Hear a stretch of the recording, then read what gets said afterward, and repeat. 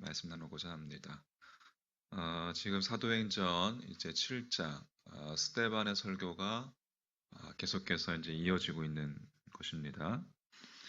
23절 말씀 보면 나이가 40이 되매 그 형제 이스라엘 자손을 돌볼 생각이 나더니 이제 모세의 나이가 40세가 되었을 때입니다. 모세의 나이가 40세가 되었다는 것은 그가 이집트 공주의 아들이 되어서 이집트의 왕자로 산 지가 40년이 되었다는 의미이죠. 자신의 신분이 이집트 왕자이긴 하지만 자신의 정체성은 이집트인이 아니라 이스라엘인임을 알고 있었다는 이야기입니다. 그리고 자기 정체성에 대한 그 모세의 인식은 단순히 그의 사고 속에 머물러 있지 않았습니다.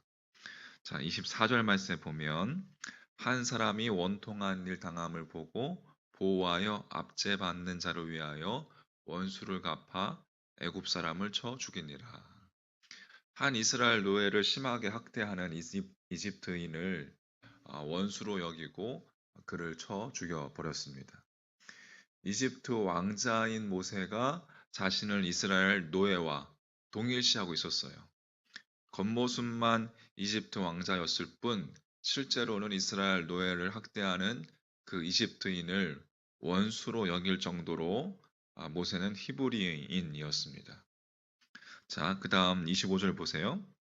그는 그의 형제들이 하나님께서 자기의 손을 통하여 구원해 주시는 것을 깨달으리라고 생각하였으나 그들이 깨닫지 못하였더라. 여러분 잘 묵상해 보십시오. 모세가 이스라엘 노예를 학대하는 이집트인을 쳐 죽인 그 자신의 그 행위를 하나님과 지금 연결짓고 있습니다. 그는 그의 형제들이 하나님께서 자기의 손을 통하여 구원해 주시는 것을 깨달으리라고 생각하였으나, 그러니까 지금 모세는 하나님께서 자신을 도구로 삼아서 이스라엘 백성을 구원하고 계시는 것으로 그렇게 간주하고 있었던 것입니다.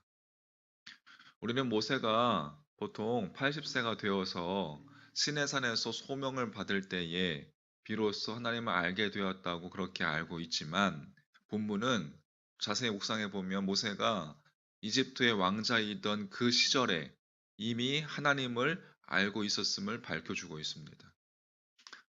그럼 어떻게 이러한 일이 가능할 수 있습니까?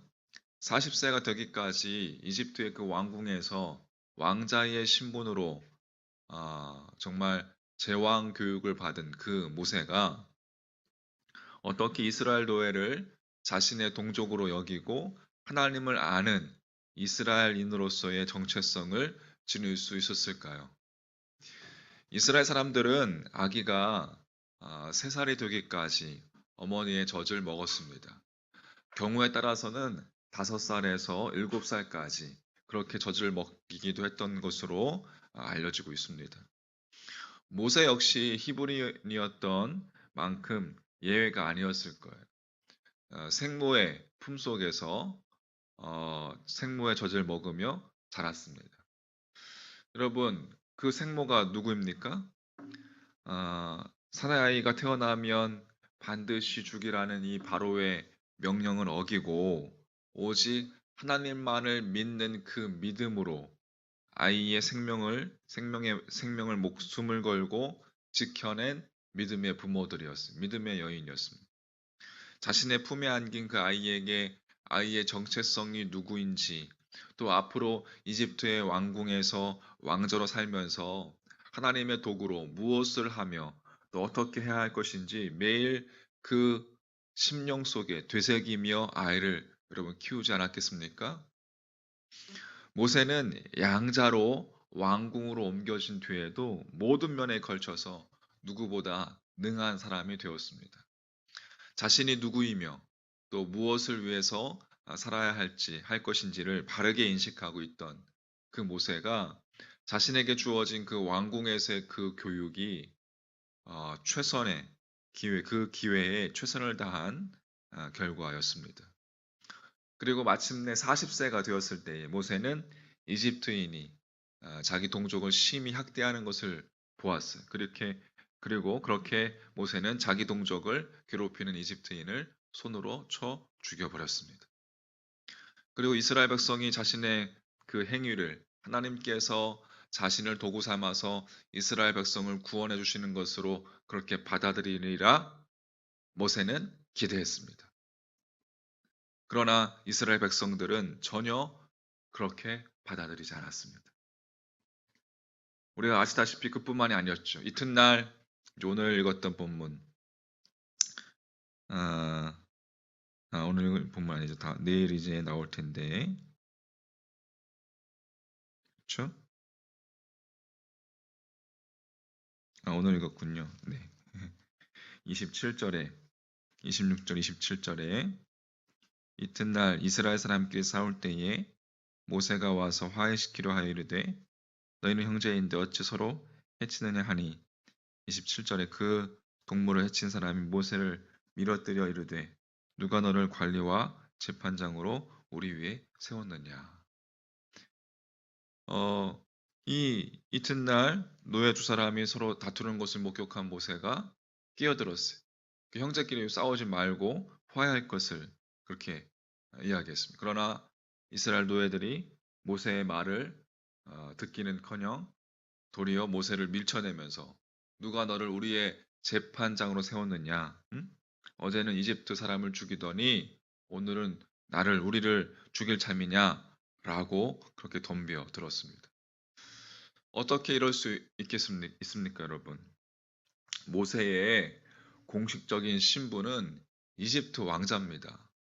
어떻게 노예가 왕자의 명령에 반발하는 것은 물론이고 왕자의 몸에 손을 대고 밀어뜨리기까지 그렇게 할 수가 있습니까? 이것은 다시 말해서 이스라엘 노예들 역시 모세가 누구인지 알고 있었던 것이죠. 모세가 비록 이집트 왕자의 신분이긴 하지만 그의 핏줄은 자신들과 같은 이스라엘임을 히브리인임을 알고 있었던 것입니다. 자신들은 노예의 그러한 고통 속에서 고역 속에서 죽지 못해 살아가는데 모세 홀로 이집트 왕궁에서 호의호식하고 그렇게 있었으니 이 모세에 대한 이스라엘 백성 노예들의 그 불만과 또 상대적인 박탈감 그리고 그로 인해서 생기는 증오심이 여러분 얼마나 컸겠습니까? 그렇지 않고 이집트 왕자에게 덤벼들고 밀어뜨리기까지 한다는 것은 있을 수 없는 일이었습니다. 자, 결국에 모세는 이 일로 인해서 이집트의 왕궁에서 이제 도망칠 수밖에 없었음을 29절이 이야기합니다. 모세가 이 말 때문에 어떻게 하여 도주하여 미디안 땅에서 뭐가 되어 나그네 되어 거기서 아들 둘을 낳으니라. 이집트 왕자의 신분이었으면서도 이집트인을 원수로 여기고 쳐 죽인 그 일이 자기 동족인 이스라엘 노예에 의해서 공개적으로 밝혀지게 된 만큼 이 사실이 바로에게 알려지는 즉시 무사하지 않을 수 없었습니다. 그래서 모세는 도망을 쳤습니다. 자, 모세가 자신의 동족을 괴롭히는 이집트인을 쳐 죽일 때 그것이 하나님의 뜻이라 믿었고 자신의 그와 같은 행동을 통해서 하나님께서 이스라엘 백성을 즉시 구원해 주시리라고 생각했어요. 그렇게 믿었습니다. 그런 하나님께서는 역사하지 않으셨고 그가 돌보려고 했던 그 이스라엘 백성은 모세에게 감사하기는커녕 도리어 모세를 공개적으로 공격하고 배척했습니다. 자, 이 상황에서 모세가 취할 수 있는 최선의 선택은 도망칠 수밖에 없었던 것이죠. 자, 30절부터 32절까지 그렇게 해서 이제 시간이 흘렀습니다. 40년이 참에 천사가 시내산 광야 가시나무 떨기 불꽃 가운데서 그에게 보이거늘 모세가 그 광경을 보고 놀랍게 여겨 알아보려고 가까이 가니 주의 소리가 있어 나는 네 조상의 하나님 즉 아브라함과 이삭과 야곱의 하나님이라 하신대 모세가 무서워 감히 바라보질 못하더라. 자, 모세가 이집트 왕궁에서 미디안 광야로 도망친 후 이제 몇 년이 흘렀습니까? 40년의 세월이 또 다시 흘렀습니다. 자, 모세의 나이가 이제 그럼 몇 살이 된 거예요? 몇 살이 된 거예요? 80세가 된 거예요. 그때 하나님께서 시내산에서 모세를 부르시고 드디어 모세를 통해서 출애굽의 대역사를 이루기 시작합니다. 40년 전, 그러니까 모세가 40세가 되던 해, 그때 왕궁에서 제왕 교육을 거친 모세가 이미 이집트에서 다른 타의 추종을 불허하는 탁월한 지도자의 면모를 갖추고 있었습니다. 그때 나이는 40세였습니다. 젊은 나이에 모세가 자신의 능력을 믿고 스스로 이스라엘 백성을 구원하는 하나님의 도구가 되려고 했지만 결과는 고작 이집트인 한 명을 죽였을 뿐이었습니다. 자신의 지식과 또 자신의 능력이 이스라엘 백성을 구원하는 것은 고사하고 자기 백성, 자기 생명 하나 부지할 수가 없었습니다. 그런데 이제 모세의 나이가 80 노인이 되었을 때에 세상적으로 볼 땐 더 이상 쓸모없어 보이는 그 노인이 되었을 때 그때 하나님께서 그를 통해서 역사하시기 시작하였습니다. 도대체 40세의 모세와 그 젊은 나이의 모세와 80세의 노인이 다 된 모세 사이에 무슨 일, 무슨 변화가 있었기에 모세가 그 나이에 진정한 하나님의 도구로 쓰임 받게 되었을 수 있었을까요? 자, 29절은 이렇게 이야기합니다. 모세가 이 말 때문에 젊은 나이의 모세가 40세의 모세가 이 말 때문에 도주하며 하여 미디안 땅에서 나그네 되어 거기서 아들 둘을 낳으니라. 자, 하나님이 쓰시는 사람 내일 더 우리 같이 묵상해 보도록 하겠습니다. 오늘 말씀을 정리해 보면 이제 29절 말씀을 묵상하면서 내일 하나님 쓰시는 사람 두 번째 시간 한번 여러분 이렇게 기대해 보십시오.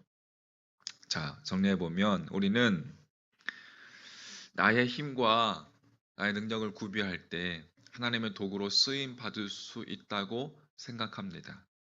자신의 생각과 자신의 신념이 하나님의 일이라고 생각합니다. 그러나 정작 쓰고자 하시는 분은 그렇지 않다라고 하시는 거예요. 하나님은 인간의 탁월함이나 인간의 능력을 당신의 도구로 쓰시는 분이 아니라 하나님은 하나님 당신의 능력으로 세우시고 하나님 당신께서 친히 일하신다는 사실입니다. 할렐루야. 자, 하나님은 모세를 어떻게 변화시키고 어떻게 당신의 도구로 사용하셨을까요? 자, 우리 내일 새벽에 함께 살펴보도록 하겠습니다.